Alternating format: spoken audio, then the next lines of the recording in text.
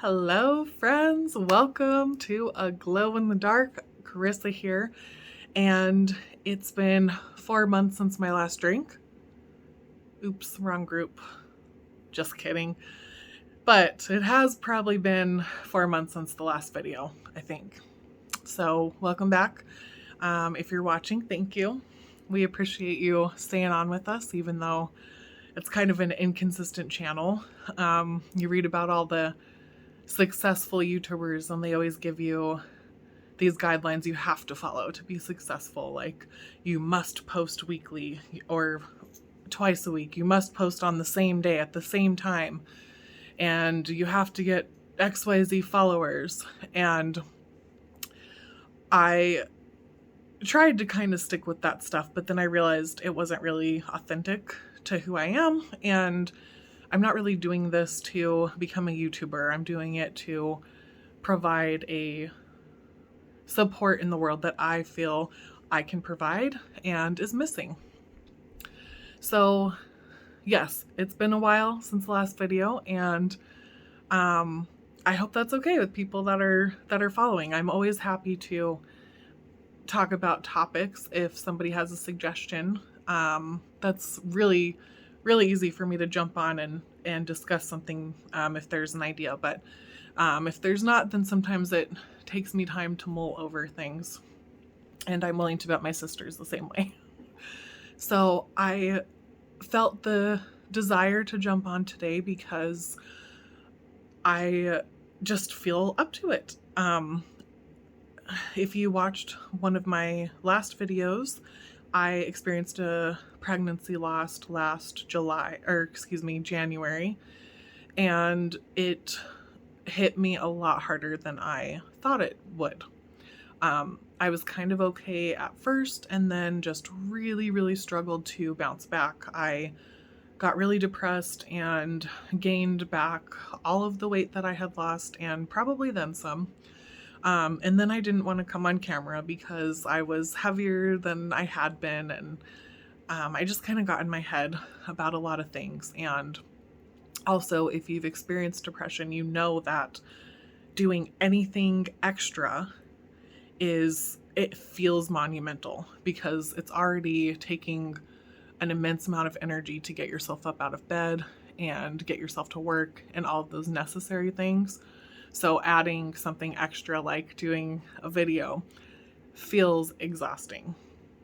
So that's kind of why it's been so long. But I did want to talk about just some of the things I've been mulling over since that time. And one of those is that our experience of mental health really needs to be put on par with our experience of physical health. And I've really been encouraged in thinking this idea. I've been following Doc Amen on Instagram. He's a psychiatrist, and I really enjoy his content because he does brain scans of people and discusses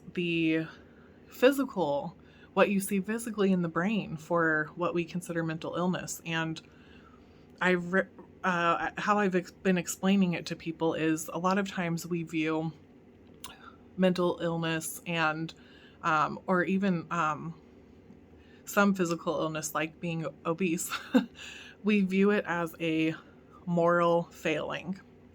So especially with mental illness, it's it can be looked down on because some people think, well, you can control that.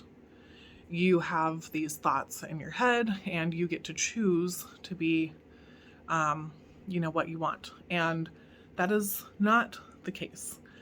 So we need to stop looking at mental illness as a moral failing and as a treatment of the thoughts, and more as a treatment of the brain. Now, I am not saying don't go to therapy, don't change your thoughts, because you totally have to do that. It's a necessary part of feeling better and changing lifestyle and all of that stuff. Your internal dialogue is immensely important. but it is not the only thing that's contributing to the issues you might be experiencing. And what I love about seeing brain scans is that we can see physically there are parts in the brain that are sort of damaged, or maybe underdeveloped, or just different than what they should be. So I think that's really important to think of it in a more scientific way and less in a moral way, because it takes that stigma away from it being about your character and puts it more on what's happening physically to your body and to your brain. It's super, super important. And if you're struggling with that,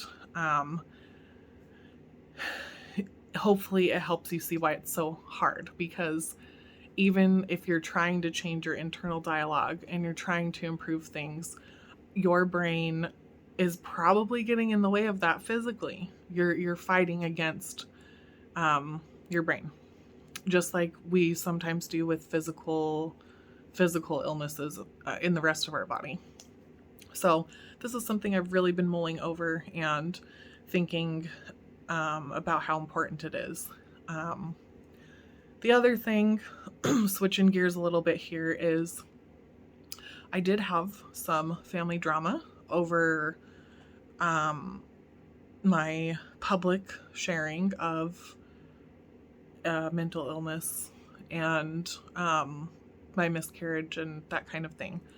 And I found it unexpected, but apparently there were several of my family members that found it rather distasteful that me and my sister were sharing publicly about these things.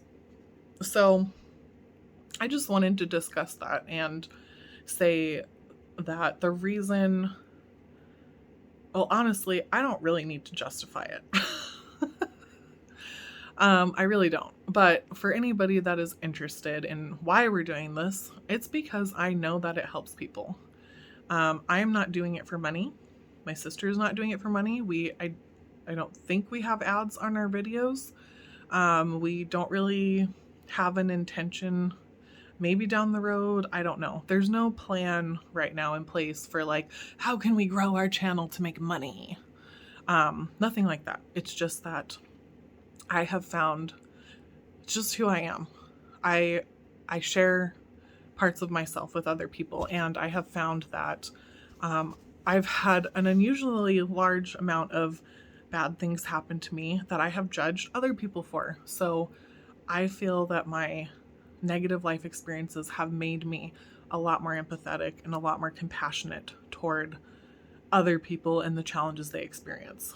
So, I'm not the world's expert on XYZ, but I feel like I was given a unique gift to present that information to the world and maybe share some understanding with people who don't understand it. I have found over and over again that exposure to things is what makes people more comfortable with them. So I use this as an example. I, growing up, was not around trans people, or at least not then. Nobody was open about it. So I didn't really understand it. But being in a big city and being around trans people really helped me understand.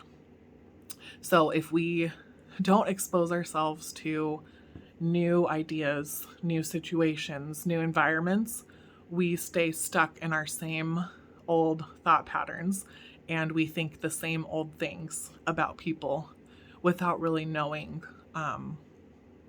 what the reality is. So that's why I share.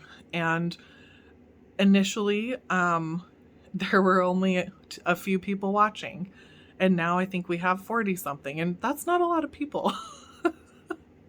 But you know what? Out of those 40 people, I've had so many friends and even strangers reach out to me after videos, especially after the miscarriage video. I had tons of people reach out to me and thank me for being willing to post it.